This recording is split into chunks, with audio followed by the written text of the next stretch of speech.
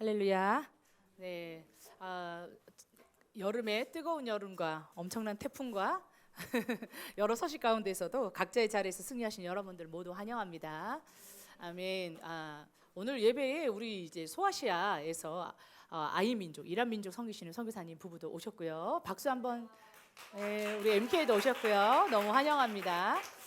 또 나중에 마치시고 교제 나눠주시고 우리 잼보리 소식 들으셨죠? 우리 헝가리에서 작은 배 운동하시는 자매님이 잼보리 참석자 한국에 오셨어요. 그래서 아까 우리 보셨죠, 자매님? 그래가지고 새만금 첫날 도착한 날부터 계속 연락 왔다고. 여기가 좀 상황이 그래 이러면서 그래도 본인은 좋아 이렇게 얘기했는데 우리 자매님 한번 박수 한번 쳐주시겠어요? 네. 내일 헝가리로 다시 돌아가는데 우리 작은 배 운동을 하면서 잼보리를 참석하시고 며칠 남아서 한국에 있다가 저희 예배를 참석하러 오셨어요. 그래서 우리 헝가리 작은 배를 위해서도 늘 기도해 주십시오. 예, 환영합니다. 박수. 웰컴. 예, 너무 기쁘고요. 신실하게 이렇게 예배드리는 자매님이에요. 그래서 찬양의 아까 가사가 이렇게 영어로 번역해 주니까 열심히 잘 예배해서 너무 기쁘고요. 아마 복귀 시간이 정해져 있는 것 같아요. 내일 출국이라서. 그래서 우리 예배만 마치시고 가시는데 또 우리 함께 우리 헝가리 작은 배 운동을 위해서도 기도해 주시면 감사하겠습니다. 자, 우리 민수기 말씀 25장 2절부터 11절까지 민수기 말씀 25장 2절부터 11절까지 네, 말씀 거룩한 분노 비느하스의 창이라는 제목으로 하나님 말씀 나누겠습니다. 자, 우리 한 목소리로 함께 읽겠습니다. 2절부터 시작. 그 여자들이 자기 신들에게 제사할 때에 이스라엘 백성을 청하매 백성이 먹고 그들의 신들에게 절함으로 이스라엘이 바알브롤에게 가담한지라. 여호와께서 이스라엘에게 진노하시니라. 여호와께서 모세에게 이르시되 백성의 수령들을 잡아 태양을 향하여 여호와 앞에 목매달아 그리하면 여호와의 진노가 이스라엘에게서 떠나리라. 모세가 이스라엘 재판관들에게 이르되 너희는 각각 바알브올에게 가담한 사람들을 죽이라 하니라. 이스라엘 자손의 온 회중이 행왕문에서 울 때에 이스라엘 자손 한 사람이 모세와 온 회중의 눈앞에 미디안의 한 여인을 데리고 그의 형제에게로 온지라. 제사장 아론의 손자 엘르아살의 아들 비느하스가 보고 회중 가운데서 일어나 손에 창을 들고 그 이스라엘 남자를 따라 그의 막사에 들어가 이스라엘 남자와 그 여인의 배를 꿰뚫어서 두 사람을 죽이니 연병이 이스라엘 자손에게서 그쳤더라. 그 연병으로 죽은 자가 24,000명이었더라. 여호와께서 모세에게 말씀하여 이르시되 제사장 아론의 손자 엘르아살의 아들 비느하스가 내 질투심으로 질투하여 이스라엘 자손 중에서 내 노를 돌이켜서 내 질투심으로 그들을 소멸하지 않게 하였도다. 아멘. 네, 오늘 여기에 있는 장면은 시딤에서 생긴 일입니다. 시딤 이름이 어디서 들어는 봤는데 정확하게 어딘지 모르겠죠. 그런데 이제 이렇게 한번 생각을 해보세요. 장소도 중요하지만 요 시기도 굉장히 중요합니다. 자, 시딤은요 요단강 동편입니다. 이제 요단강 서쪽을 넘어가면 하나님이 가라고 했던 가나안 땅이 되는 거예요. 이제 40일 동안 광야 생활하고 시딤에 집결했습니다. 그래서 이제 마지막 요단강 건너서 하나님이 허락하신 땅으로 들어갑니다. 참 오래 돌아왔습니다. 광야 40년 생활도 있지만 사실은 아브라함 때부터 주님께서 허락하신 땅입니다. 그 땅을 향하여서 마지막 그 목적지, 주님이 주신 부르심, 주님의 비전의 성취를 눈앞에 두고 있을 때 이 시딤에서 어떤 일이 일어나냐? 모세가 가나안 땅 못 들어가죠. 모세의 마지막 고별 설교가 이 시딤에서 있습니다. 그리고 모세는 천국으로 부름받고 갑니다. 또 여호수아가 다음 세대 리더로 세워집니다. 야, 이것만 들어도 엄청난 일이 많이 일어나고 있죠. 한 시대를 이끌었던 모세가 소천하시고 새로운 리더 여호수아가 세워지고, 그러니까 뭔가 이 시딤에서 다 정리가 되는 거예요. 그리고 어떡합니까? 요단강 건너서 새로운 땅으로 들어갑니다. 그 마지막 하나님이 주신 부르심의 그 마지막 어떤 순간, 그래서 장소도 중요하지만 굉장히 그 시기가 중요한 시대적인 아주 중요한 때였습니다. 그런데 이 결정적인 때, 역사에서 결정의 때가 있잖아요. 아주 중요한 결정적인 때, 이스라엘 역사 중에서 굉장히 결정적인 때죠. 그런데 여러분, 하나님도 계시지만 하나님의 역사를 이루지 못하게 만드는 뭐가 있습니까? 사단, 원수 마귀가 있어요. 그래서 우리가 영적으로 하나님의 일을 감당하다 보면 아주 중요한 결정적 순간에는 영적 전쟁이 치열해집니다. 그러면 두 종류의 사람이 있어요. 어떤 사람은 아유 이게 하나님 뜻이 아니었나 봐요. 그래서 돌아가. 여러분 인생에도 그런 때가 있었을 것이고 주위에도 그런 사람 봤을 거예요. 또 어떤 사람은 어떻게 생각하냐? 하나님이 나를 여기까지 왜 불렀지? 라고 첫 부르심을 생각합니다. 그리고 어떻게 합니까? 지금 이 일들을 영적인 눈으로 보기 시작해요. 우리의 싸움은요 혈과 육에 대한 싸움이 아닙니다. 정사와 권세와 어둠의 세상 주관자들에 대한 싸움이에요. 그래서 영적으로라야 해석이 되는 일들이 있어요. 자, 이 결정적인 순간에 희한한 일이 벌어졌어요. 뭐냐? 모압 여자들이 이스라엘 남자들을 꼬시기 시작했어요. 모압이 누굽니까? 모압이 원래 아브라함의 조카 룻이 자기 큰딸과 근친상간으로 낳은 조상이에요. 왜? 소돔과 고모라에서 도망 나오잖아요. 아내가 뒤돌아봐서 뭐가 되죠? 소금 기둥이 되죠. 그래서 사해바다 근처 가면 아직도 소금이 그렇게 많고 룻의 아내라고 추정되어지는 소금 기둥도 있습니다. 이번에 이스라엘 간 친구들은 사해바다 가봤죠? 얼마나 짜요. 막 이렇게 막 얼굴이 막 땡기잖아. 피부 미용이 전혀 좋을 것 같지 않은 이 짠바람이 막 있는 것 같은. 자, 그런데 그러고 나니까 이 딸들이 얼마나 타락했는지 우리가 여기에서 짝을 못 구하니까 아버지 술 먹여가지고 근친상간으로 자식을 낳는데 그렇게 모압과 암몬 작속이에요. 그래서 원래는 이스라엘의 족보에 들어올 수 있었지만 모압과 암몬은 절대로 이스라엘 해중에 들어오지 못한다라고 하나님 앞에 딱 지킨 민족이에요. 왜? 그 딸들이 이렇게 음행하고 간음한 방법으로 자손을 이었기 때문에. 그 자손이에요. 모압 여인들이요 어느 날 음행을 시작했어요. 그런데 뭐라고 그러냐면 자기 신들에게 제사할 때에 이스라엘 백성들을 청했대요. 무슨 말이에요? 모압 여자들이 자기 신이 있어. 하나님 이미 떠났어. 자기 신이 있는데 자기 신들을 청할 때 예배할 때 초청을 했대요. 우리 티플리 워십 예배에 초청하는 건 참 좋은 일이지만 이방 여인들이 어둠의 일들을 하면서 초청하는 건 뭐죠? 그 신들과 특히 그들이 섬겼던 신의 이름은 바알입니다. 그래서 그들의 신들의 이름을 바알 부올이라고 하는데요. 이게 무슨 말이냐면 부올 지역에서 바알을 섬겼어. 이런 뜻이기도 하고요. 바알 부올도 있지만 또 바알 다른 이름도 많이 들어봤죠. 그게 지역명하고 합쳐져서 우리 지역에서는 이런 바알을 섬겨요.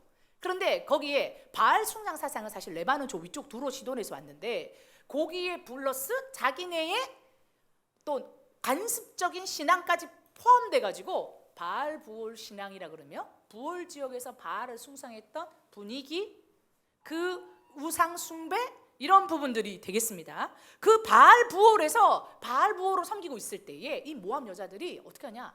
바알은 항상 제일 마지막에 여성들과 여신제들과 음란한 행위를 하면서 바알의 축복이 풍성하기를, 성적 축복, 그 다음에 성적인 어떤 열매로 일어난 자녀 잉태, 또 쾌락, 향락이 최고의 기쁨이다 이렇게 생각하는 것이 기반에 깔려 있어요. 이때 이스라엘 남자들을 청했어요. 언제? 모세가 돌아가실 때, 새로운 세대 리더 여호사가 세워질 때, 하나님이 그토록 말했던 그 땅으로 딱 들어가야 되는 그 타이밍에, 자 그러면 깨어있는 사람이라면 이때 어떤 눈으로 바라봐야 된다? 영적인 눈으로 바라봐야 되겠죠. 그런데 이때 이 이스라엘 백성들이 그렇게 보지 못했어요. 그래가지고 어떻게 돼요? 예쁜 여자들이 와가지고 뭔가 옷도 이렇게 막 내리고 자기네 이스라엘 백성들의 여자들이 봤던 여자들의 모양이 달라 막 홀려가지고 그들에게로 갑니다. 그래서 성경의 3절에 이렇게 있어요. 이스라엘이 바알 부올에게 가담했다. 이 가담했다 이런 뜻은 뭐예요? 범죄에 가담했다 이렇게 쓰는 말 아니에요? 죄에 나쁜 일에 동참한 것, 뭐 비전에는 동참했습니다, 비전에 참여했습니다 이러지 비전에 가담했습니다 이런 말 안 해요. 가담했다는 말은 나쁜 일 할 때 써. 범죄에 가담했다, 너도 이거에 대한 잘못이 있어 이때 쓰죠. 이스라엘이 바알 부올에게 가담했어요. 그들의 죄악에 그들이 함께 들어가게 됩니다. 하나님이 너무 화가 나셨어요. 그래서 뭐라고 얘기했냐면 너희 리더들 다 끌어내다가 이스라엘 진영 앞에서 목매달아 죽여라. 누구에게 그 책임을 물어요? 백성의 리더들에게. 여러분 스스로 리더라고 생각하십니까? 또 리더이기를 원한다는 고백 되게 많이 하시죠? 청소년 리더, 20대, 10대 리더, 또 여러분 청년 리더, 여러분 나는 그래도 깨어서 주님을 섬기겠습니다 고백 있으십니까? 더 많이 물으십니다. 더 많이 거룩하기를 원하세요. 왜요? 다른 애들이 더 범죄를 많이 했겠지. 상식적으로 생각해봐요. 이 중에서 리더하고 백성하고 똑같이 죄를 지었어. 어쩌면 리더들 중에서 몇몇은 그러면 안 되는데 했을 수도 있어요. 그런데도 주님은 누구를 죽이라고 그랬어요? 수령을 다 데리고 와서 백성의 리더들의 목을 쳐라. 그 시대는요, 리더가 책임지는 거예요. 그 시대는요, 그 시대를 책임지기로 결정한 자들이 하나님 앞에 끝까지 지켜야 되는 줄 믿습니다. 리더의 책임은요, 일반 사람과의 책임과 달라요. 시대를 깨우기 원하시고 하나님 앞에 책임지기 원하시는 여러분, 주님이 여러분들에게 더 많이 물으실 겁니다. 더 철저한 기준을 제시하실 겁니다. 그러면 저한테 왜 이러세요? 그러지 말고, 아, 하나님이 나를 리더로 인정하시는구나. 그래서 믿음으로 살려고 하는데 영적 전쟁이 있어요? 아, 하나님이 나를 보고 계시는구나. 내 책임이 더 무겁구나. 더 리더가 되기 원하시고, 더 앞에 서기 원하시고, 더 감당하시려면 더 물으십니다. 그게 하나님 나라의 법이에요. 자, 그런데 이러한 일들 중에 있을 때에 너무 슬펐어요. 그래서 이스라엘 백성들이 이 소식을 듣고, 백성이 망한 것 하나님이 아니면 너희가 다 죽을 거야. 왜? 연병이라는 게 들었거든. 지금으로 치면 전염병이에요. 뭐 팬데믹 비슷한 거죠. 백성이 막 하루아침에 막 죽어나는데 그날의 죽은 자만 24,000명이에요. 무슨 일이야, 그렇죠? 그 짧은 기간 안에 24,000명이 죽은 거예요. 이건 엄청난 팬데믹이죠. 자기 민족 안에 전체, 어쩌면 이제 모압 여인들에게서 여러 가지 질병들이 섞여 왔을 수도 있죠. 막 이방 여인들과 이방 사람들과 막 섞이니까 우리 안에 없던, 내성이 없던 어떤 질병들이 올 수 있잖아요. 과학적으로 설명할 수도 있죠. 그래서 24,000명이 막 죽어나가는 거예요. 어떻게 할 수가 없어. 그러니까 멀쩡한 애기들도 죽고 여자도 죽고 막 우리의 형제자매 죽고, 이러니까 막 정신이 다 멘붕된 거죠. 그런 상태에 있을 때에, 아, 진짜 주님이 이것을 멈추는 방법이 우리의 수령들을 꺼내다가 못 베어 죽이는 일밖에 없냐라고 하고 있을 때에 진짜 정신 나간 한 사람이 있습니다. 누구냐면, 해중이 눈앞에 핵순이 울면서 막 있는데, 해막에 모여갖고 울고 있는데, 한 리더가, 이 사람은 시므온 족속의 수령 중에 한 명입니다. 그러니까 죽임을 당해야 되는 영적 책임이 있는 사람 중에 한 명인데요. 이가 어떻게 하는지 알아요? 미디아 한 여자를 자기 장막에 데리고 왔습니다. 요 여자는 또 미디안 여자야. 그러니까 모압 여자에게서 넘어가니까 이제 어떻게 됐어요? 온갖 그 동네에 있는 온갖 다른 민족의 여인들과 행음하는 거죠. 그래서 백성이 이렇게 심각한 상황에 해막에 모여가지고 다 울면서, 우리 24,000명이나 이 많은 날 이 죽어버리고 괴로움 중에 있고 우리의 수령들을 목매어 죽여야 되나 하는 중에, 자기도 죽을 수 있는 사람이잖아. 이 수령도 몰라, 자포자기 심정이었을까? 그러면 진짜 이 사람은 자격이 없는 사람이지. 사람들 멀쩡히 다 있는 데서 미디안 여자 하나를 데리고 와가지고 자기의 장막 안으로 들어간 거예요. 무슨 말이에요? 밖에서 행음한 게 아니라 아예 자기 민족의 집안에 들였어요.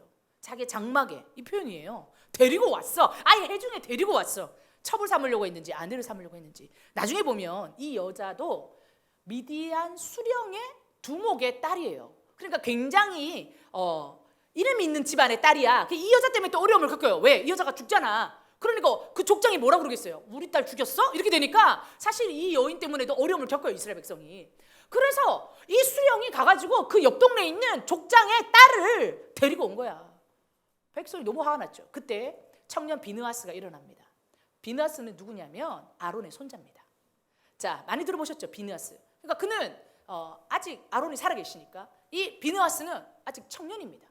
30세가 넘어가야 제사장의 직분을 감당합니다. 비느하스는 아직 그 나이가 되지 않았어요. 왜냐하면 뒤에 보면 제사장으로 임명받는 장면이 나옵니다. 그러니까 청년 비느하스가 10대였는지 20대였는지 모르겠지만, 이 청년 비느하스가 이 모습을 보면서 거룩한 분노를 가지고 창을 들고 들어갑니다. 그리고 어떻게 합니까? 그 해막문을 연 다음에 창 하나에 이 두 사람을 꿰었어요. 이게 무슨 말이에요? 둘이 행음하고 있는 상태로 있었던 거예요. 그 상태. 그러니까 어떻게 돼요? 창 하나에 배가 둘이 동시에 꿰어가지고 죽는 거예요.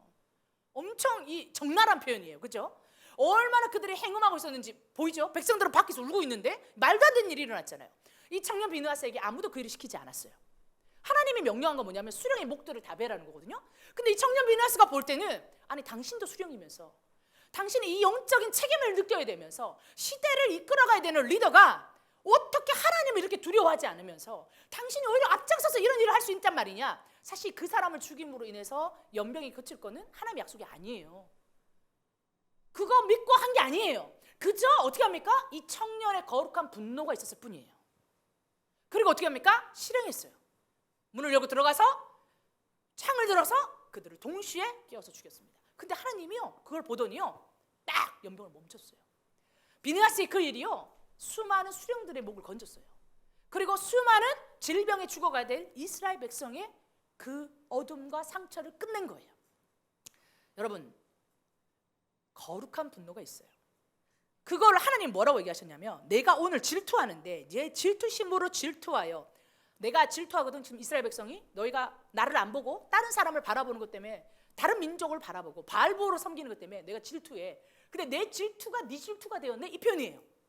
내 질투함으로 네가 질투해가지고 그들을 소멸했구나. 그래서 내가 너희를 이제는 살리리라. 뭐예요? 하나님의 마음이 비느하스의 마음이 된 거예요. 아멘.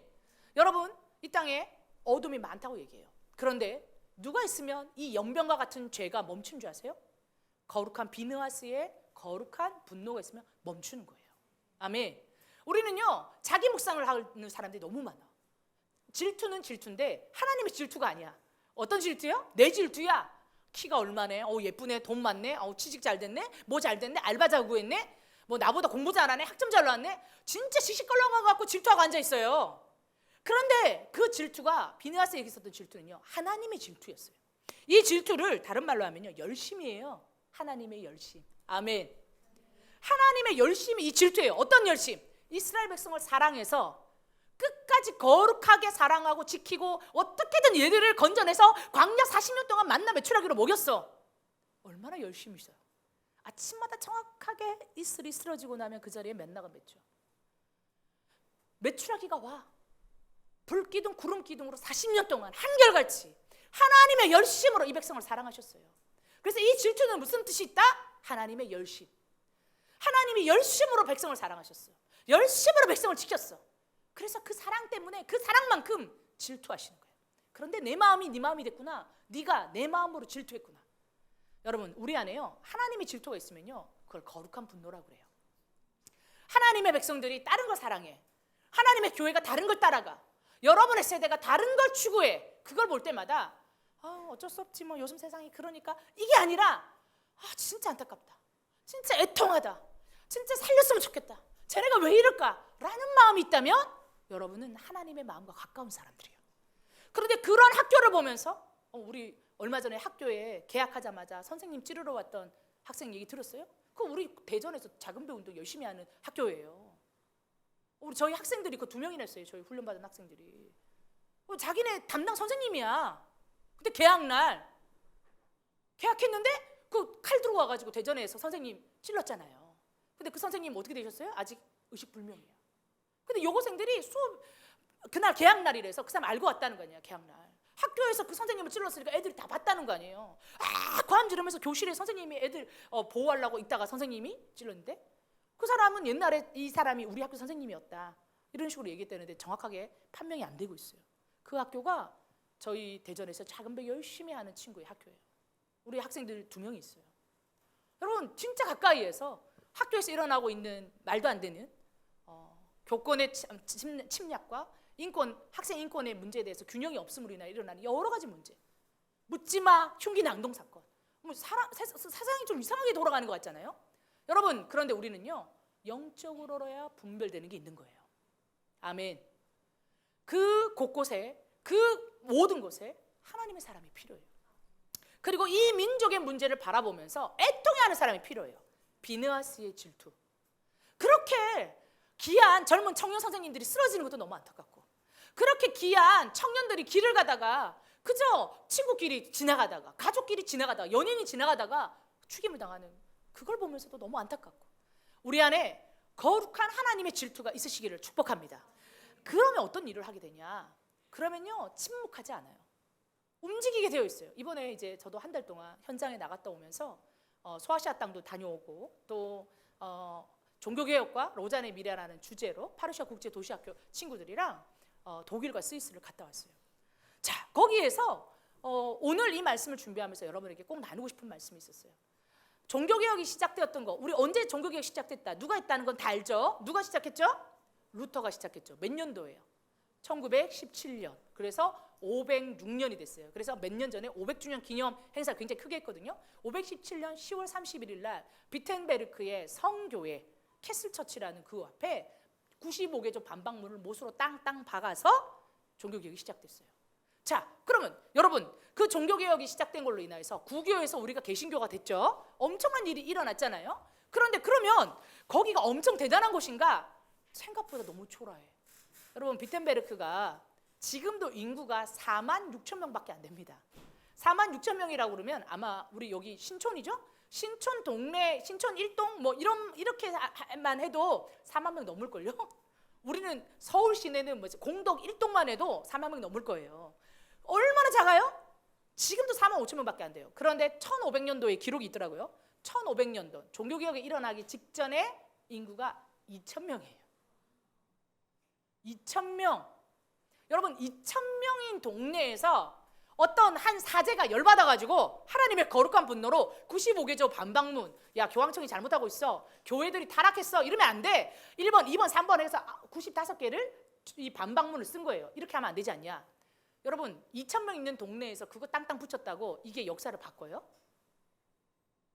지금도 4만 5천 명밖에 되지 않는 진짜 작은 동네인데 1500년도, 1517년도에 종교개혁이 있었으니까 그 직전에 인구가 2,000명밖에 안 됐어요. 작아도 너무너무 작아. 그 작은 동네에서 거룩한 한 사람이 분노했어요. 여러 배경도 있지만 여러분 면제부 아시죠? 면벌부가 더 정확한 말인데 면벌부를 팔았잖아요. 그래서 거기에 가면 그 성 꼭대기에서 봤을 때 참 인상적인 게 있어요. 엘베 강이라고 작은 강이 있어. 그런데 면벌부도 급이 있다는 거야. 진짜 그 당시에. 그래서 좀 더 큰 교구에 더 이름 있는 주교가 팔면 더 잘 들어. 그래가지고 이 면벌부를 사면 좀 더 비싸겠죠. 거기에 그 사람이 무슨 주교 막 이렇게 딱 써 있잖아요. 이거를 사면은 내가 돈을 쨍그랑 넣는 순간 우리 조상이 어디 있다가요? 연옥에 있다가 천국으로 가는데 이게 더 빨리 먹혀. 그래가지고 그것도 등급을 매겨놨대요. 말도 안 되죠. 그런데 루터가 살고 있었던 이 비텐베르크는 그 강 엘베 강을 딱 건너고 나면 다른 주가 되는 거예요. 경계였던 거예요. 근데 그 주를 넘어가면 끝발이 더 좋은 주교가 살아. 그래서 그 주교한테 가서 면벌부를 받아오면 우리 동네에서 산 면벌부보다 힘이 더 세. 그리고 가끔 어느 작은 동네는 면벌부를 아예 안 팔아. 더 큰 이름이 있는 곳에 가면 팔아. 그러니까 이 비텐베르크에 있는 성도들이 부모님 생각하는 마음에, 죽은 자식 생각하는 마음에 면벌부를 사러 언 엘베강을 어때요? 걸어가는 거야. 겨울이 되니까. 걸어가면 어떻게? 저 끝발을 좋은 주교한테 가서 사와야 돼. 지금 우리 동네는 또 안 팔아. 저기 가야 돼. 2,000명밖에 되지 않는 도시에서 그걸 건너가다가 물에 퐁당퐁당 빠져가지고 어떻게 돼요? 죽어나는 거야. 그래서 어떻게 돼요? 매일마다 사람들이 얼어가지고 죽어가지고 오는데 이게 하나님의 이름으로 벌어지는 일인 거예요. 그런데 루터는 보니까 이 말이 안 되는 거예요. 이 말이 되냐고. 면벌불도 말도 안 되는 상태에다가 거룩한 분노가 치솟았던 거예요. 하나님의 사람들을 말씀이라는 이름으로, 말씀도 번역도 안 해주고 독일어로 읽지도 못하게 만들어 놓고 사제들이 라틴어로 자기네끼리, 헬라어로 라틴어로 막 맨날 보고 자기네끼리 이게 맞은 거야 이렇게 하니까 따라가는 거잖아요. 다 죽어가는 거야. 수레마다 끌려왔겠죠. 어린애가 끌려오고 엄마가 얼어서 끌려오고 자기 옆집 살던 할머니가 끌려왔겠죠. 수레마다 죽어가지고 오고. 너무너무 거룩한 분노가 일어났던 거예요. 비나스처럼, 젊은 청년 비나스처럼 그가 일어나요. 그리고 어떻게 합니까? 잘못됐다. 이거 잘못됐다. 그러면 잘못된 거 그거 땅땅땅 박았다고 무슨 큰일이 일어나냐고요. 사실은 그 앞에도 수많은 종교개혁을 외치고 천년의 중세 교회의 잘못을 말한 사람들이 있었어요. 보세요. 1000년이에요. 1000년 동안 내려왔던 전통이에요. 그리고 그때는 기독교가 하나밖에 없어. 구교, 가톨릭. 우리도 원래 그들과 천년에 같은 뿌리였어요. 얼마나 타락했는지 사람들이 그게 타락한 걸 타락했다고 우리는 지금 지나서 보니까 당연한 거지만 그때는 타락했다는 걸 느끼겠어요? 몰라요. 보세요. 이렇게 하나님의 부름이 있었어. 아브라함 때부터 불렀던 비전의 마지막 그 자리 요단강만 건너가면 끝나가고 역사의 결정적 시기에도 홀리거든요. 그때도 미혹당해요. 그 시대의 미혹은 뭐예요? 돈 있으면 죄를 벌어줄게, 면해줄게. 성경 읽지 마. 읽으면 우리 말이 틀렸다는 거 다 알 거 아니에요. 성직자를 매매하고 성직을 매매하고 여성 교황이 생기고 얼마나 많은 처첩들을 또 교황과 사제들이 주게 되고 말도 안 되는 일들이 벌어지는데 실제로 하나님의 말씀을 보는 사제들이 있을 거 아니에요. 그들은 라틴어 헬라어 배웠으니까. 양심 있는 사제들이 보니까 말씀에 그게 아니야. 이때 일어나는 게 뭐예요? 하나님의 마음으로 질투하는 거예요. 하나님의 마음으로 열심을 내는 거예요. 비느하스의 창을 든 거예요. 그래서 루터는 반박문을 박아버렸어. 비느하스의 창을 미디안 여인과 그 시므온의 백성의 수령의 배를 꿰뚫어버리는 것처럼 시대를 간통해버린 거예요. 하나님이 준비하셨던 거지. 그 전에 영국에 존 위클리프가 있었어요. 그 사람은 저는 이렇게 붙였어요. 종교개혁의 마중물의 사람들. 여러 사람이 있었지만 존 위클리프는 영국 사람인데요. 성경을 강조했어요. 라틴어로 되어 있던 성경을 처음으로 영어로 번역했어요. 독일어 번역 전에 존 위클리프가 영어로 번역을 했어요. 그리고 화채설을 비판했어요. 화채설이 뭐냐면 천주교에서는 이 성찬을 할 때 포도주하고 떡을 먹는 순간 이게 진짜 예수님의 피하고 살이 된다고 생각했어. 그래서 먹는 순간 이게 변화된다고 얘기했거든요. 맞아요? 틀려요? 아니죠. 이것 때문에 옛날에 기독교인들이 인육을 먹는다라는 말도 있었어요. 왜냐하면 천주교에서 그걸 주장했거든. 네가 이걸 입에 넣는 순간 이거 예수님의 살로 변해. 우리가 살을 먹는 사람이야. 이 네가 마시는 순간 이 포도주는 입에 넣는 순간 피로 변해. 이렇게 가르쳤어요. 1000년 동안. 이걸 비판했어요. 성경에는 단 한 번도 주님이 이런 식으로 말한 적이 없다. 1000년 동안 했던 걸 비판해서 이 틀을 깨요. 엄청난 도전이에요. 존 위클리프가 이 일을 탁 도전을 했어요. 좀 지나가고 보헤미아 지역, 지금의 어디로 체코 지역쯤이에요. 야누스라는 사람이 등장해요. 이 사람도 첫 번째 성경을 강조했어요. 둘 다 사제였거든요. 그리고 이 사람은 뭘 비판했냐? 면벌부를 비판했어요. 먼저 했어요. 이 사람이. 면벌부 옳지 않다. 이것은 말도 안 된다. 그리고 성찬을 할 때요. 그 당시에 사제들만 포도주를 먹고요. 일반 상대들한테는 떡만 줬대. 왜? 사람들이 수염을 기르잖아요. 예수님의 피가 먹는 순간 피로 변하는데 수염에다가 예수님의 거룩한 피를 묻혀? 너희가 그런 짓을 하게 놔둘 수 없다. 너희가 혹시 잘못해갖고 수염에라도 묻으면은 이 피를 더럽히는 거야. 그래서 일반 성도들을 이런 무지한 자로 여겼어요. 그래서요. 기족에게도 주지 않았어요. 오직 사제들만 성찬식 때 포도주를 먹었대요. 그래서 이거를 비판한 거예요. 말도 안 된다. 야누스가 예수님이 기념하라 이것은 우리 모두가 먹을 수 있다. 그래서 이종 성찬이 된 거예요. 우리 지금 있는 그게 어디서 났다고요? 이 사람이 강조한 거예요. 다 먹을 수 있다. 다 먹어도 된다. 이건 예수님을 기념하는 것이다. 아멘. 이런 도전들이 있었어요. 화형당에서 죽었어요. 교황청에 끌려가서 결국은 네가 말하는 주장을 펼쳐봐라. 내가 너 신변 보호해줄게. 한 다음에 사실은 끌려가서 바로 체포해서 화형을 시켜서 야누스는 죽습니다. 그러나 그가 우리에게 남긴 것은 뭐냐면 성찬에 참여할 수 있는 평신도의 권한. 그걸 넘겼어요. 자, 그 다음에 에라스무스라는 사람이 있었어요. 이 사람도 인문학자입니다. 영국의 인문학자인데요. 이 사람은 근데 이제 사제는 아니었어요. 이 사람은 뭘 했냐? 성경을 강조했어요. 또 하나 뭐냐? 교황을 비판했어요. 사제를 비판했어요. 자, 조금씩 다르죠. 그런데 95개조 반박문에는 이 내용이 다 나올까요? 안 나올까요? 다 나와요. 종합 버전이야. 그러니까 루터가 어느 날 갑자기 이건 아니지 한 게 아니라 자기 시대에 앞선 사람들이 있었어요. 뭔가 이 1000년의 역사의 관성, 이게 맞다고 말하고 이거에 대해서 너희는 내가 말하는 대로 따라오라고 했던 그 1000년의 그 모든 역사를 깨는 사람들이 있었어요. 다 강조했던 게 있어요. 뭐예요? 성경에서 보고 배운 대로 얘기해요. 이들이 동일하게 말했던 것은 성경에서 보고 배운 대로. 누가 가르쳐주지 않았어요. 그래서 이 사람은 자기가 중요하다고 얘기했다는 거. 존 위클리프는 화채설을 비판하고 성경을 난고방언으로 들어야지 영국어로 번역하고. 그걸 가지고 나중에 독일어에서 어떻게? 루터가 성경을 완전히 번역하거든요. 그게 종교개혁이 아주 중요한 거죠. 난곳 언어로 성경을 읽게 되는 거. 근데 그 전에 이미 그것을 시도한 사람이 있었다는 거예요. 자, 그 다음 어떻게 해요? 면벌부 만다는데죠. 교황이 왜 우리를 갖다가 사할 수 있는 권한이 있습니까? 오직 예수님밖에 없는데 이 우리의 신앙의 핵심적인 부분들이 총 집대성한 게 루터의 95개조 반박문이에요. 왜 2000명밖에 되지 않는 도시에서 거룩한 분노를 가졌던 루터에 의해서 이 앞에 이렇게 훌륭한 사람들, 대단한 사람들, 대단한 동네에서 그 연세 있는 사람들 많았는데 왜 그때 터졌을까요? 하나님의 카이로스의 때인 거죠. 이 모든 것이 쌓이면서 이런 지식들을 루터 외에도 여러 젊은 신흥 종교인들이 가지게 됐어요. 그러면서 이거 아니지 않아? 라는 죽음으로 그것을 증명한 사람들의 메시지가 있으면서 그들이 일어났던 거예요. 여러분 이게 뭡니까? 비느하스의 창이에요. 그 시대마다 비느하스의 창을 든 청년들이 있었어요. 청년 루터, 청년 칼빈, 야누스, 목숨을 다해서 주님을 섬겼던 하나님의 사람들. 지금은 아무도 기억해 주지 않죠. 진짜 몰라요. 그래서 동네에 갔더니 어떤 우리 친구들이 인터뷰를 했어요. 너는 종교개혁에 대해서 어떻게 생각해? 루터를 아니? 비텐베르크에서 물어봤어요. 근데 그 애들이 뭐라고 하냐면 진짜 짜증난다고. 왜? 이랬더니 가는 데마다 루터라는 거예요. 뭐예요? 루터 길. 루터의 도시 비텐베르크, 이게 공식 명칭이에요. 그 다음에 뭐예요? 루터 밤나무. 심지어 루터와 루터 친구가 멜라니톤이라고 있어요. 루터와 멜라니톤의 요리책 이름까지도 루터가 붙는데요. 그러니까 이부 사람들은 너무 루터를 갖다가 남발하기 때문에 어떤 영적인 의미가 아니라 너무 짜증나. 우리는 모든 게 다 루터야. 그게 얼마나 귀한 줄 모르고 사람들이 다 그렇게 얘기하는 거예요. 아무것도 남아있지 않아.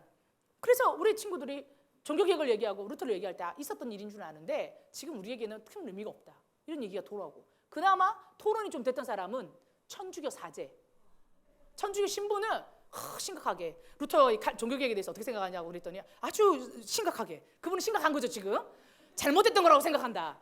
기독교는 하나였어야 되는데 지금이라도 하나가 돼야 된다, 이렇게 얘기하셨대요. 그러면서 우리 친구들을 보면서 그분도 성지순례로 오셨는지 수녀님들과 신부님들 그분들만 진지하게 고민이 있어. 나머지 아무도 없어. 그 동네 사는 사람 아무도 고민이 없어. 여러분, 사람을 기억하는 게 아니고요, 그 믿음의 사람들의 발자취를 따라가다 보면 얼마나 하나님을 사랑했는지가 보여요. 야, 그 2,000명밖에 없는 동네에서 전 세계를 뒤집었어요. 여러분이 사는 동네에 2,000명밖에 안 사는 사람 아무도 없을걸? 아무리 작은 도시라도 그보다 많을 거예요. 근데 여러분, 대한민국도 여러분 도시에서 일어났던 교회의 부흥, 여러분이 여러분 교회에 오늘 갖다 붙여봐. 95개죠. 비느하스의 창으로 이렇게 딱 꽂아봐. 무슨 일이 일어나냐? 그 다음날 청소부가 떼겠지. 그냥 목사님이 누구야? 이러면서 이렇게 떼겠지. 아무 일이 안 일어나. 이걸 무슨 힘이 있어 이게. 2,000명밖에 되지 않았어. 그런데요, 종교개혁이 일어나고 나서 공식 인구 통계가 있어요. 1535년이 되니까 인구가 4,800명, 125% 성장했어요. 그러면서 이게 제가 쭉 보니까 2018년까지 인구 통계가 나와요. 2018년 지금 46,000명이죠. 이 도시가 최고로 많았던 게 인구 통계 내고 나서 55,000명이에요. 한 15년 전에 55,000명? 그걸 정점 찍고 지금 마이너스야. 그러니까 한 번도 10만 명이 돼본 적이 없는 도시예요. 진짜 작은 동네예요. 그런데 그 동네에서 한 번 125% 인구가 성장한 때가 있어요. 어떻게 해요? 종교개혁 직후. 무슨 말이에요? 거기 가면 대학이 하나 있어요. 루터가 심우했던 대학. 인구가 2,000명일 때 학생이 2,000명이었대요. 전 세계에서 젊은 인재들이 몰려들기 시작했어요. 비텐베르크 볼 거 하나도 없는데 젊은 하나님을 사랑하는 젊은이들이 그 도시 전체 인구의 배가 될 정도로 몰려들기 시작했어요. 거기서 나왔던 신앙 서적이 뭐 구텐베르크에 인쇄술이 있었기 때문에 그 뒤에 더 넓게 퍼진 것도 있어요. 하나님의 카이로스가 때가 되면 기술적인 것도 기반이 되는 거예요. 그전에는 인쇄술가 없었기 때문에 95기죠 방방문이나 얀 후스나 이런 사람들에게 널리 알려질 수가 없었어요. 그런데 독일에서 구텐베르크가 인쇄술을 발전해가지고 95기죠 방방문이 넣으니까 사람들이 그걸 구해다 찍었어. 그럼 어떻게 돼요? 상술도 있는 거죠. 막 썼어. 천주교에서 또 반박문을 써. 그래갖고 장사를 했다고 그래요. 진짜 역사적으로 인쇄업자들이, 우리로 치면 언론인 거야. 언론 싸움을 붙였어. 그러면 사람들이 이거를 더 많이 읽고 싶어가지고 찍어낼 거 아니에요. 엄청나게 찍어낸 거예요. 그러면서 어떻게 돼요? 전 유럽에 빠르게 이게 퍼진 거예요. 가만 보세요. 2,000명이 있었던 도시가 왜 퍼졌다고요? 기술의 발전도 있었다고요. 그러니까 이건 하나님의 때예요. 카이로스의 때. 그 앞에 수많은 사람들이 루터가 외쳤던 일들을 했지만 이것이 폭발하기 위해서는 뭐예요? 시대가 뭔가 딱 맞는 거야. 시대적인 상황들이. 이게 그래서요, 카이로스의 때예요. 여러분, 이 카이로스의 때에 그 거룩한 분노를 가진 한 사람을 주님이 통로로 삼으시는 거예요. 그러니까 절대로 여러분 학교에서 일어나고 있는 일, 이제 캠퍼스에서 일어나는 일, 한국 교회에서 일어나고 있는 일들에 눈에 보이고 여러분이 느끼는 것들이 적다고 말하지 마세요. 여러분, 웬만한 한국 대학교 캠퍼스 2,000명 넘어요. 여러분의 그 2,000명의 학교에서 작은 배 운동을 해요? 여러분이 외쳐요? 아무리 안 일어날 것 같으세요? 하나님이 역사시면 종교개혁은요, 부흥운동이에요. 신앙 부흥운동이에요. 다시 하나님께 돌아가자는 운동이에요. 다시 어떻게 해요? 성경으로 돌아가자는 운동이에요. 일어나는 거예요. 그것이 어떻게 돼요? 하나님의 그 역사 안에서 전 세계를 뒤집어서 드디어 개신교가 생겨요. 우리가 딱 갈려 쫙 엄청난 일이 일어나는 것을 볼 수 있습니다. 자, 이런 여러 가지 일들을 지나가면서요, 우리 한 사람 한 사람이 하나님 앞에 준비된다는 게 얼마나 중요한지. 비느하스의 거룩한 마음, 하나님 앞에 있는 분노. 제가 그 루터의 여러 동네를 돌면서 그 마지막 날에는 루터의 개신교가 막 비텐베르크에서 번창한 것만 아니라 나중에 루터가 죽고 나서 천주교 세력들이 몰려와서 여기에 있는 개신교들을 또 왕창 죽여요. 그래서 이들이 다 도망가서 극소수의 사람만 살아남아서 다시 모여서 그들의 신앙을 다시 정립하거든요. 그들이 쭉 갔던 게 아니에요. 거의 몰살되다시피 해서 다른 옆에 있는 천주교 영주들이 와서 비텐베르크를 쓸어버려요. 그러면서 그 많은 사람들이 또 흩어지고 없어지고 소수가 남아있고, 그럼에도 불구하고 그들이 그 신앙을 지켜나갔던 모습을 볼 수 있습니다. 그 교회에서 같이 예배를 드리는데 이틀 동안 제가 돌면서 두 가지가 생각났어요. 첫 번째는 거룩한 분노, 청년 루터의 거룩한 분노. 하나님의 말씀을 맡은 자들의 타락, 수령들을 목베어 죽여라. 그들이 똑바로 정신을 못 차리면 다 죽는 거예요. 그 시대에 깨어있는 한 사람이 없으면 그 영역과 그 세대와 그 민족을 다 죽어버리는 거예요. 그리고 또 하나 뭡니까? 천주교 신봉하는 사제들이나 옆에 귀족들이 와가지고 자기들을 몰살시켜서 다 죽였을 때, 그러면 끝날 것 같잖아요. 없어져야 되잖아요. 산에 들러 흩어졌던 자들이 다시 모여서 작지만 다시 신앙 공동체를 채워나가는 거예요. 2,000명밖에 없는데 많아졌을 때 4,500명 있는데 옆에 와가지고 다 죽여버렸으면 몇 명 남았을 것 같으세요? 몇백 명 남았을까요? 거의 한 교회 인원만큼도 안 남았을 거예요. 그런데 그들이요, 그 불씨를 이어나가요. 꺼지지 않아요. 하나님의 불씨는. 그건 뭐예요? 뜨거운 사랑이에요. 하나님을 향한 뜨거운 사랑. 아멘. 하나님을 향한 뜨거운 사랑. 하나님의 사람들이 하나님을 사랑한 거예요. 비느하스, 청년 비느하스 안에 나중에 제사장작을 그가 아버지가 엘르아살, 그 다음에 비느하스까지 완전히 이어받으면서 하나님 비느하스를 너무 기뻐하시면서 네가 나의 제사장 직분, 그와 그의 후손에게 영원한 제사장 직분의 언약이다. 뭐라 그럽니까? 내 평화의 언약을 줘요. 비느하스가 이때 얻어요. 평화의 언약. 영원히 너와 너의 후손만 대제사장이다. 여러분, 우리 다 배웠죠? 아론의 후손만 뭐요? 대제사장이 될 수 있어요. 레위 지파는 제사장이지만 대제사장은 누구만 된다고요? 아론의 후손에게만. 언제 주님이 약속해요? 평화의 언약. 너와 너의 후손은 영원한 언약을 가질 것이다. 하나님 너무 기뻐한 거예요. 사실 종교개혁의 땅 스위스와 독일이 진짜 잘 살아요. 축복을 얻었어. 독일은 1인당 국민소득이 1등이에요. 사실은 보면은 진짜 산골이거든요. 근데 왜 이렇게 됐을까요? 종교개혁밖에 없어요. 그들의 후손을 기억하지 않지만 그들의 앞선 세대가 목숨을 걸고 하나님의 말씀을 지켜낸 복이요, 그 땅에 차고 넘쳐요. 보여요. 눈에 보여요. 얘들이 이걸 모르는구나. 근데 차고 넘쳐. 시계 기술도 어떻게 그들이 발전하게 됐어요? 원래 알프스 산맥이 있어가지고 농사도 안 되고 가난했대. 치즈나 팔아가지고 먹고 살았대. 그런데 어떻게 돼요? 종교개혁이 막 일어나고 들불처럼 일어날 때 제네바를 중심으로 칼빈이 엄청난 종교개혁을 일으켜가지고 제네바 도시 자체를 정치, 경제, 사회, 교육 모든 분야를 성서적으로 신정일치가 되게끔, 이 지금까지도 그렇게 신정일치가 정확하게 이루어진 도시가 없을 만큼 완벽하게 제네바를 말씀 중심으로 딱 돌려놓은 거야. 이걸 보고 인근 나라에 있었던 핍박받던 여러 나라의, 이탈리아의 개신교들, 독일의 개신교 위그노라고 하죠. 그들이 스위스로 몰려들어요. 근데 그들 중에 일부 몰려든 사람들 중에 엘리트층이 있었어요. 그들 중에 재산이 있는 사람들이 있어요. 그들이 그 가난한 스위스에 온 거예요. 왜? 하나님의 말씀을 보러. 그들이 중에 하나가 프랑스의 위그노 중에 시계 기술자들이 있었어요.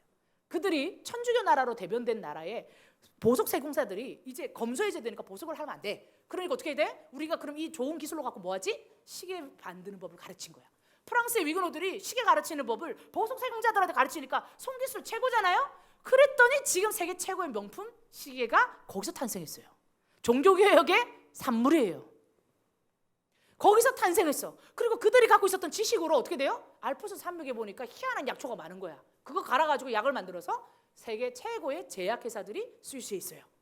그걸 가지고 산을 넘어가지고 조그마하니까 배낭에 넣어가지고 갖다 파니까 어떻게 돼요? 우리는 큰 물건은 못 팔아. 왜? 알프스 산맥 넘어가가지고 가는 게 수익이 남지가 않아. 짜근짜근한 거 제약을 발전시키고 시계를 발전시켜서 지금 최고의 국가가 됐어요.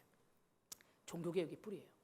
그냥 하나님 말씀으로 살았는데 하나님이 축복의 사람들을 다 보내준 거예요.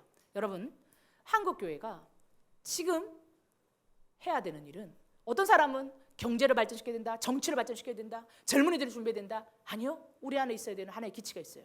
거룩한 분노를 가지는 비느하스와 같은 청년들이 일어나야 되는 거예요. 행동하는 자들, 멈추지 않는 자들, 거룩한 하나님의 마음과 일치되어서 질투할 줄 아는 자들. 세상 질투하지 마세요. 따라해 봅시다. 세상 질투하지 맙시다. 헛된 마음 가지지 맙시다.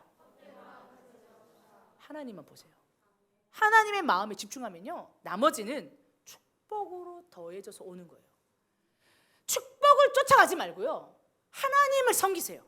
거룩한 분노와 하나님을 사랑하는 뜨거운 마음으로. 그러면 그 모든 것을 더하여 주세요. 그리고 여러분, 수많은 민족들이 있어요. 제가 이거를 쭉 지나가면서 한 달 동안의 시간을 다 지나고 제가 주일날 예배를 드리는데, 그래도 하나님 제일 기억에 남는 게 있다면 뭘까요? 주님께 물었을 때 수많은 이 종교개혁자들의 모습들과 그 아름다운 나라들이 싹 스쳐 지나갔지만 결국은 제일 마지막에 제가 기억이 나는 딱 한 장면은 뭐냐면, 소아시아 땅에서 있었던 한 선교사님의 모습이에요. 그 한 달이 막 저희가 2주는 열심히 복음을 전했는데, 진짜 이번에 하나님이 전도에 미련하는 것을 통하여 영원히 돌아오는 것을 기뻐하신다는 게 뭔지 철저하게, 정말 아침부터 저녁까지 철저하게 그냥 미련할 정도로 계속해서 오리지널하게 돌아다녔어요. 더운데. 보통 예배도 좀 주일 예배도 참석하고 그러셔야 하잖아요. 초청 잔치도 하고. 하나도 없어. 진짜 하루 종일 아침부터 저녁까지 전도에 미련한 것으로 영혼이 돌아오는 것을 기뻐하신다. 주님이 딱 말씀하시더라고요. 주님 보시기에도 우리가 미련할 정도로 다닌 거지. 진짜 철저하게 2주 내내 열심히 땀 뻘뻘 흘리면서 하루도 쉬짐 없이 돌아다니는데, 제가 어떤 선생님네 집에 있게 됐어요. 하루 정도. 그 선생님네 가정에서 우리 기도사역자 스쿨 메시지 있죠? 거기에 있는 선교사님의 두 부부를 모셔놓고 강의를 했어. 막 기도사역자 스쿨, 이제 주의 음성을 듣겠습니다, 들으십시다, 이렇게 하면서 손 들고 막 들읍시다 하고 환상 보고 막 이런 트레이닝하고 우리 열심히 했잖아요. 그거 똑같이 했어요. 송사님 딸내미 불러가지고 너도 봐라 이러면서, 너는 주님이 뭐라고 말씀하시니 이러면서 강의하고 훈련하고 같이 막 이제 성령 사역하고 했어요. 너무 기뻤어요. 그리고 그 다음날 밤 늦게까지 교제 나누고 기도하고 또 성령 사역할 때 또 어떤 궁금한 점 질문하시고 답해 주시고 막 이런 시간을 보냈습니다. 그리고 그 다음날 송사님네는 늘 새벽 5시가 되면 같이 예배를 드려요, 기부부가. 제가 지난번에도 그걸 봤기 때문에 선생님 내일은 언제 예배 드리시나요? 오늘 너무 늦게 맞춰가지고 내일은 5시 반쯤에 선생님 나오세요, 그렇게 얘기하시더라고요. 예, 알겠습니다. 그리고 저희 5시 반 돼가지고 문을 이렇게 탁 열었어요. 근데 선생님 혼자 그 복층 방에서 혼자 계시더라고요. 딱 열어. 선생님이 이미 나와 계셨어. 그 자리를 자기가 맨날 지키는 거예요. 5시.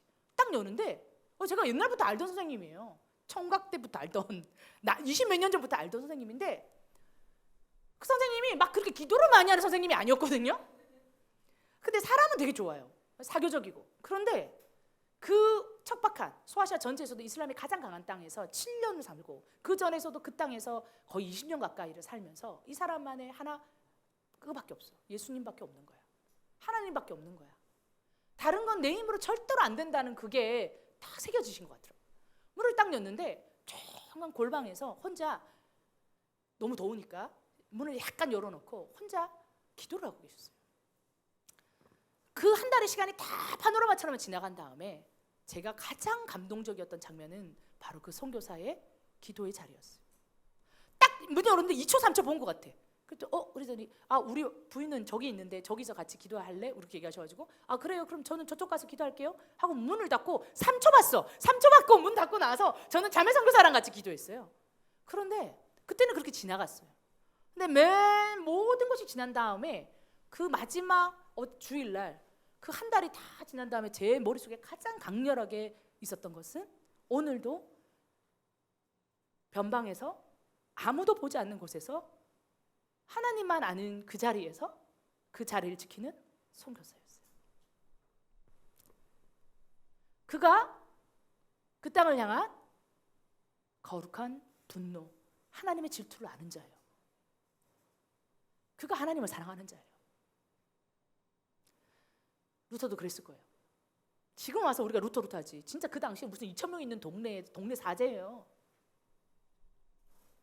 칼빈도 자기가 기억되기를 원하지 않았어요. 무덤이 그렇게 초월할 수 없어요. 그 무덤 있는 데가 왕님 묘지예요. 그러니까 다른 묘지는 화려해. 근데 루터 묘지는 찾아볼 수가 없어. 나름 왕님 묘지에 묻혔어요. 아무것도 나한테 남기지 마라. 비석도 하나 없어. 돌덩어리에 그냥 하나 딱 있어. 아무도 자기가 기억되기를 원하지 않았어요. 믿음의 사람들이. 그 선교사님이 거기서 기도하는 그 장면이 제가 너무 눈물이 많이 나더라고요. 그 장면이 다시 떠오르면서 결국은 누구를 통해서 역사를 이루세요? 자기 삶을 전적으로 드리고 오늘도 단순 집중 방법, 전도에 미련하는 것으로 영원히 돌아오기를 기뻐하시는 하나님을 믿고 자기 청춘을 내어드리고 자기 젊음을 내어드리고 자기 삶을 내어드리고 자녀의 미래를 맡기고 가정의 미래를 맡기고 자기의 노년을 맡기고 자기 모든 삶을 이름도 없이 빛도 없이 그 동네 통틀어 봐야 선교사 5유닛도 없는 그 아무도 예배하지 않는 그 땅에서 홀로 오늘도 새벽을 깨우며 예배하는 그 선교사를 통해서 역사는 전진합니다. 여러분, 많은 말들과 많은 것을 아는 것이 하나님의 사람의 몫이 아닙니다. 하나님이 알게 하신 것은 행하게 하기 위함입니다. 하나님이 보이신 것은 본 대로, 들은 대로, 배운 대로 행하라고 하시기 위함입니다. 여러분, 잊혀지는 것을 두려워하지 마세요. 세상에서 잊혀지는 거, 세상에서 기억되지 않는 거 두려워하지 마세요. 하나님은 아세요. 루터의 땅에서도 루터 요리책이나 기억하고 있어. 칼빈의 땅에서 사진 찍어도 무슬림도 찍으면서 뭔지도 모르고 찍어. 저거 뭔지 아냐고 그랬더니 몰라? 이러고 막 무슬림들도 좋다고 찍고 있어. 그게 찍으면서도 뭔지도 몰라. 그들이 그거 섭섭할 것 같아요? 믿음의 선배들이? 하나도 섭섭하지 않아요. 하나님을 위하여 자기 인생을 드리고요, 주님만 기억해 주시면 되는 거예요. 이걸 안 하려고 그래요. 자기가 기억되기 원하고요, 높아지기 원하고요, 자기 존재감이 있기를 원해요. 많은 청년들이 왜 세상을 질투하나요? 내가 그게 안 되는 것 같으니까. 지금 왜 인스타그램이나 페이스북에 목숨 거나요? 내가 기억되고 싶은데, 내가 다른 사람보다 괜찮은 삶을 사는 것처럼 보여주고 싶은데, 그게 나를 포장하기 좋잖아. 한 컷의 이미지로 내가 이런 사람이야, 거기에 홀려가지고. 여러분, 그렇게 비열하고 비겁하고 째째하게 살지 마. 우리 하나님을 섬기는 여러분들이 우리 하나님을 그렇게 째째하게 만들지 마세요. 청소년 여러분, 청년 여러분, 하나님 앞에 쓰임받고 잊혀지는 것을 두려워하지 마세요. 아까워하지 마세요. 그 선교사의 그 3초 동안 제가 들여다본 그 모습은요, 그 어느 모습보다 아름다웠어요. 진짜 아름다워요. 그리고 이스탄불에서 어떤 선교사님 중간에 딱 들어갔는데 현지인이랑 같이 성경을 읽고 있더라고요. 두 분이서 주거니 받거니. 제가 들어가서 저가 오기 전에도 하고 계셨는데, 제가 3시간 동안 있었는데 3시간 동안 계속 성경을 읽으면서 질문하고 듣고 질문하고 듣고, 선생님 두 분이 앉아가지고 3시간 4시간 동안 성경을 읽고 현지인이 물어보고, 아직 예수님 완전히 영접한 사람은 아니야. 근데 궁금해서 왔다는 거야. 3시간이 넘도록 질문이 끊이지가 않는 거야. 질문하고 얘기하고 성경을 읽고 또 얘기하고 질문하고. 그래가지고 저하고 그 선교사님, 그 기도했던 선교사님하고 둘이 그 모습을 봤거든요. 저희가 다른 방에 싹 들어가면서 참 아름답죠, 선생님? 그러니까 그 선생님이 참 아름답네요. 그게 아름다운 줄 알아야 돼요. 그 모습이 남자 선생님 2분이 남자 형제 2명이랑 같이 성경 읽고 있는데 그렇게 아름다울 수가 없어요. 그래서 그 선생님이랑 저랑 딴 방에 들어가서 그렇게 얘기했어요. 참 아름답네요. 참 보기 좋네요. 참 아름답습니다. 그게 아름다운 거예요. 말씀으로 사는 것, 말씀대로 사는 것, 말씀을 드러내는 것. 하나님, 우리가 오늘도 그렇게 하기를 원합니다. 여러분들이 얼마나 화려한 사역을 했는지 모르겠습니다. 얼마나 많은 것을 배우고 왔는지 모르겠습니다. 지금까지 하나님을 위해서 얼마나 많은 일을 해왔는지 모르겠습니다. 그러나 여러분, 전도에 미련한 것으로 영혼이 돌아오는 것을 하나님은 기뻐하십니다. 그것이 가장 아름다운 일입니다. 그 일들을 한국교회가 다시 이어나가는 종교개혁과 같은 비느하스의 창을 가진 거룩한 하나님의 백성들이 일어나기를 원합니다. 네, 우리 찬양 한번 할까요? 나의 사랑 악보 좀 주실까요? 우리 나의 사랑 너는 어여쁘고 참 귀하다 찬양 있죠? 이 찬양을 여러분 우리가 만났던 열방의 수많은 영혼들을 위하여서 또 여러분들이 만났던 예수님께로 돌아오기를 원하는 그 수많은 영혼들을 기억하면서 하나님이 여러분을 향하여서 이 노래를 대신 불러주기를 원하십니다. 선교사님들도 기억하시면서 또 믿음의 동력자들도 이름도 없이 빛도 없이 오늘도 그 변방에 초라해 보일 수도 있고 외로울 수도 있고 믿는 자 거의 없는 그 땅에서 하나님을 사랑하는 모든 사랑, 그 사랑들을 주님께서 우리 가운데 축복하시고 위로하시고 그렇게 수많은 하나님의 사람들을 주님이 찾으십니다. 천국에서 그들은 가장 큰 자가 될 줄 믿습니다. 우리 찬양하면서 주님께 좀 나아갑시다.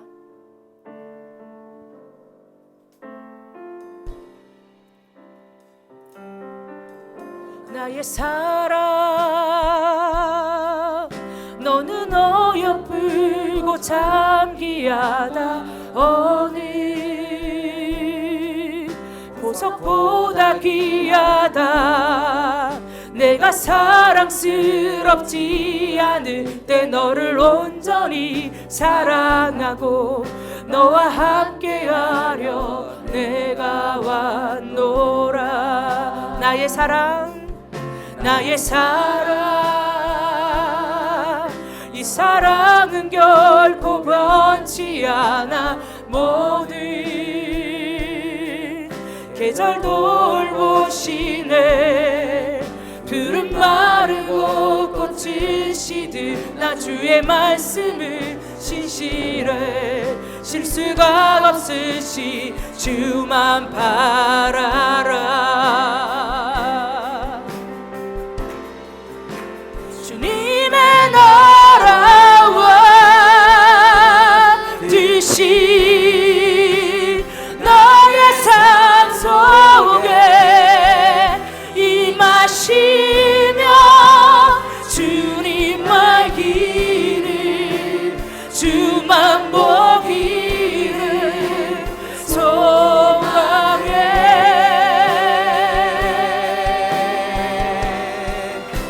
거룩히 살아가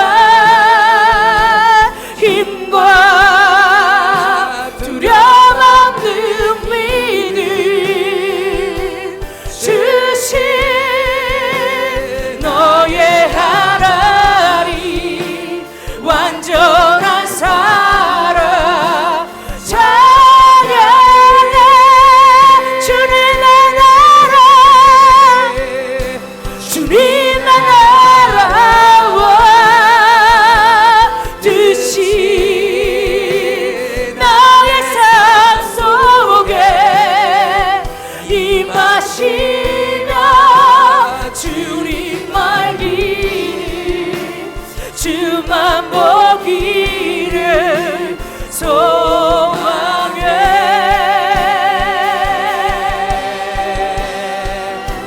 거룩히 살아가 힘과 두려움 없는 믿음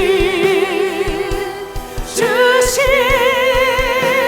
나의 하나님 완전한 사랑 찬양해.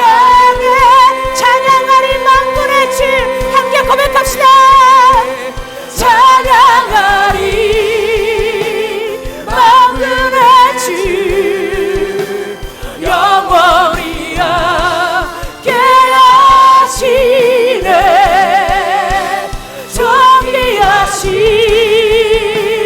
사랑의 왕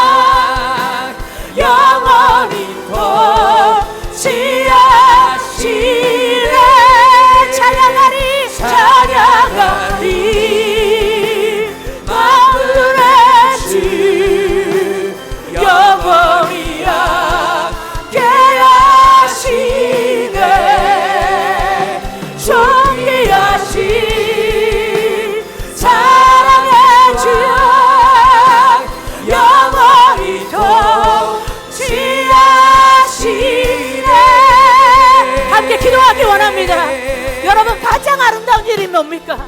주님 우리에게 말씀하십니다. 나의 사랑, 너는 어여쁘고 참귀하다. 주님 아버지, 이 고백이 우리에게만 멈춰있지 않습니다. 하나님은 태어나기 원하세요.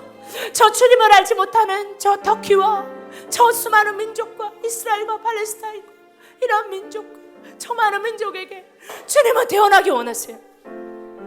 그 비느하스의 거룩한 분노를 가진 그 결정적 시기에 비느하스가 루터가 있었던 것처럼 지금 이 시대에는 그 땅 가운데 미련해 보이나 삶을들이 주님의 태어나는 자들이 있어야 돼요.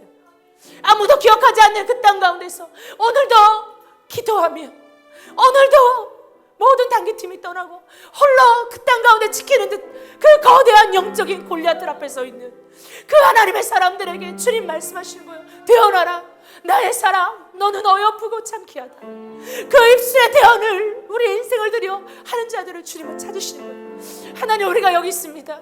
사용하여 주십시오.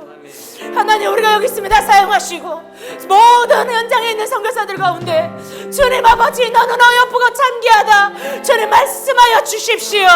올려드립니다. 비느하스의 심장을 가지고 하나님 앞에 거룩한 질투를 가진 하나님의 사람들이여, 너는 어여쁘고 참귀하다. 일어날지어다. 함께 기도하겠습니다.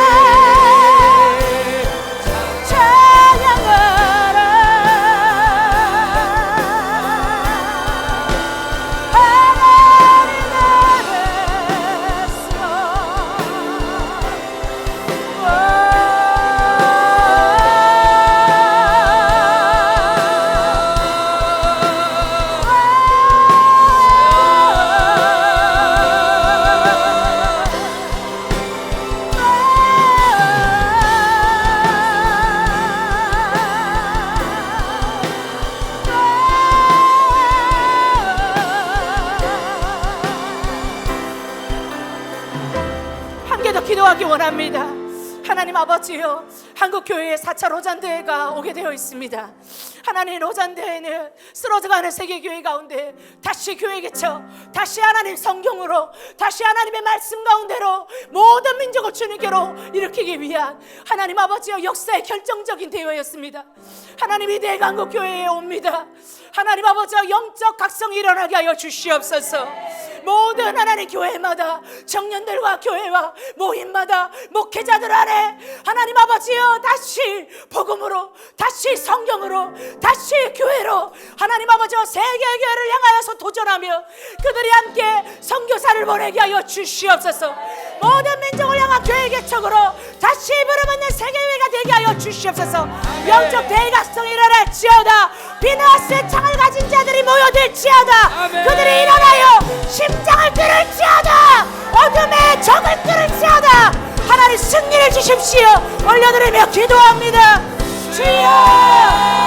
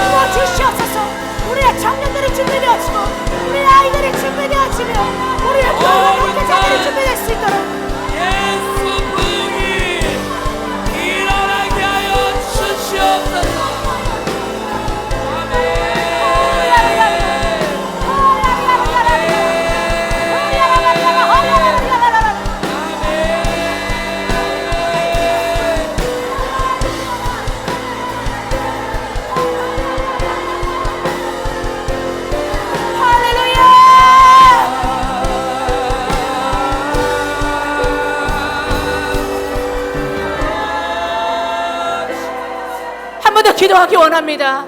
젊은 청년 비느하스, 그는 약속이 없었으나 하나님의 거룩한 분노를 마음으로 받아 창을 들었습니다. 그래서 모든 수령의 리더의 목숨을 건졌고 그 이스라엘 백성을 건졌습니다. 하나님, 청년 비느하스의 그 하나님의 마음의 열심의 질투가 우리 가운데 부어지게 하여 주시옵소서. 그 비느하스의 청년의 영성이 부어질지어다. 전쟁하는 자의 위엄이 부어질지어다. 승리자의 충만이 부어질지어다. 이번에 하나님 아버지 한국교회 가운데 그 일을 시작하여 주시옵소서. 세계교회가 이 젊음에 하나님 그 질투의 마음, 열심히 하나님의 마음을 받고 돌아가게 될 것입니다. 한국교회 가운데 이 마음을 허락하시고 이곳에 있는 자들 가운데 청년 비느하스의 마음이 부어질지어다.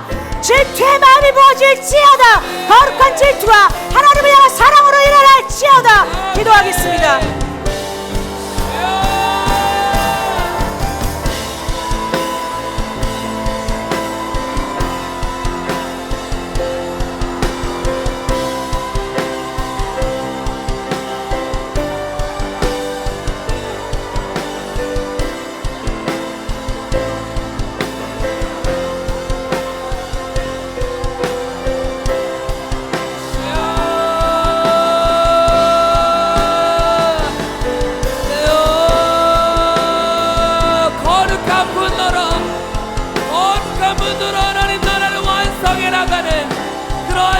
되게 하여 주옵소서. 그러한 교회로 일어날지어다. 일어날지어다. 주여.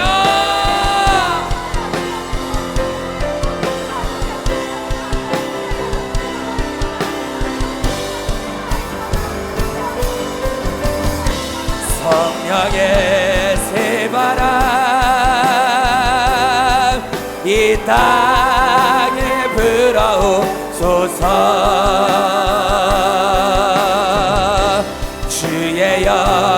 생기로 의리를 다시 살리사 이 땅에 하나님 영광 거하는 그런 나라가 되게 하소서. 열방에 하나님 영광 주는 그런 나라가 성령의 새바람 이 땅에 불어오소서. 그의 영 그 생기로 의리를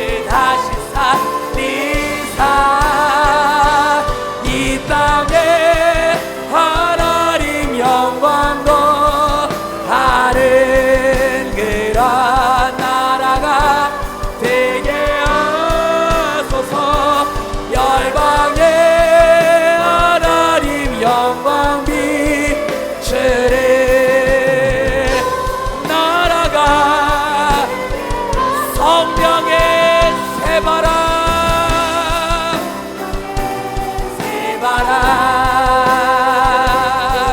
이 땅에 불어오소서. 그의 영그 생기로 우리를 다시 살리사 이 땅에 하나님 영광 거하는 그런 나라가 되게 하소서. 열방의 하나님 영광 비추는 그런 나라가 이 땅에 하나님 영광 거하는 그런 나라가 되게 하소서. 열방의 하나님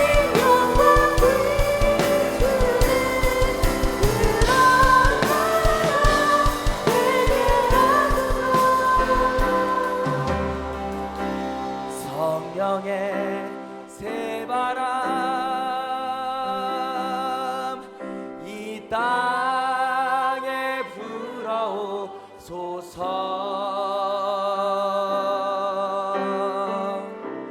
주의 영 그 생기로 우리를 다시 살리사 이 땅에 하나님 영광 거하는 그런 나라가 되게 하소서. 열방의 하나님 영광 비추는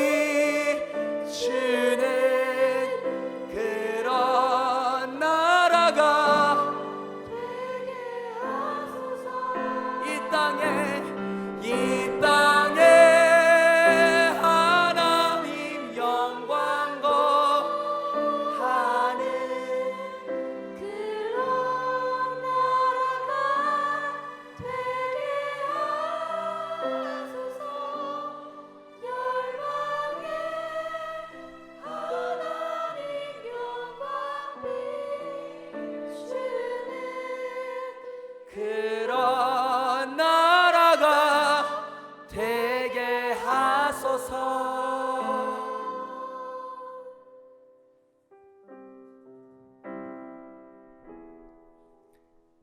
하나님, 청년 비느하스의 거룩한 분노가 우리 한국교회 가운데 충만하기를 원합니다. 오직 하나님의 영광을 위하여, 오직 그의 나라를 위해 살았던 하나님 그 거룩한 분노를 우리에게 다시 한번 허락하여 주시옵소서. 하나님, 우리 가운데 있었던 모든 타협했던 마음들, 생각들 모두 끊어지게 하여 주시고, 오직 하나님의 영광을 위해 창으로 찔러 쪼갰던 비느하스의 거룩한 분노가 우리 가운데 다시 한번 부어지게 하여 주시옵소서. 하나님, 우리가 하나님의 역사를 방관하지 않겠습니다. 우리를 보내신 자리에서 우리 주님께서 맡기신 일에 대해서 우리가 책임을 소홀히 하지 않겠습니다. 하나님, 우리가 분노의 창을 가지고 하나님 찔러 쪼개게 싸우니 하나님의 일을 행하여 주시옵소서. 거룩한 영성을 가진 비느하스처럼 우리 예수 그리스도 하나님의 영광을 위해 살아가는 세대가 일어나게 하여 주시고, 온 열방을 향해 달려갈 수 있도록 주님 기름 부어 주시옵소서. 그렇게 거룩한 분노로 우리 하나님의 역사를 이루실 주님을 찬양합니다. 주님만 영광을 받아 주시옵소서. 그렇게 이 땅 가운데 새 일을 행하시고 온 열방 가운데 주의 일을 행하실 주님을 찬양합니다. 감사와 찬양 올려드리며 예수 그리스도의 이름으로 함께 기도합니다. 아멘.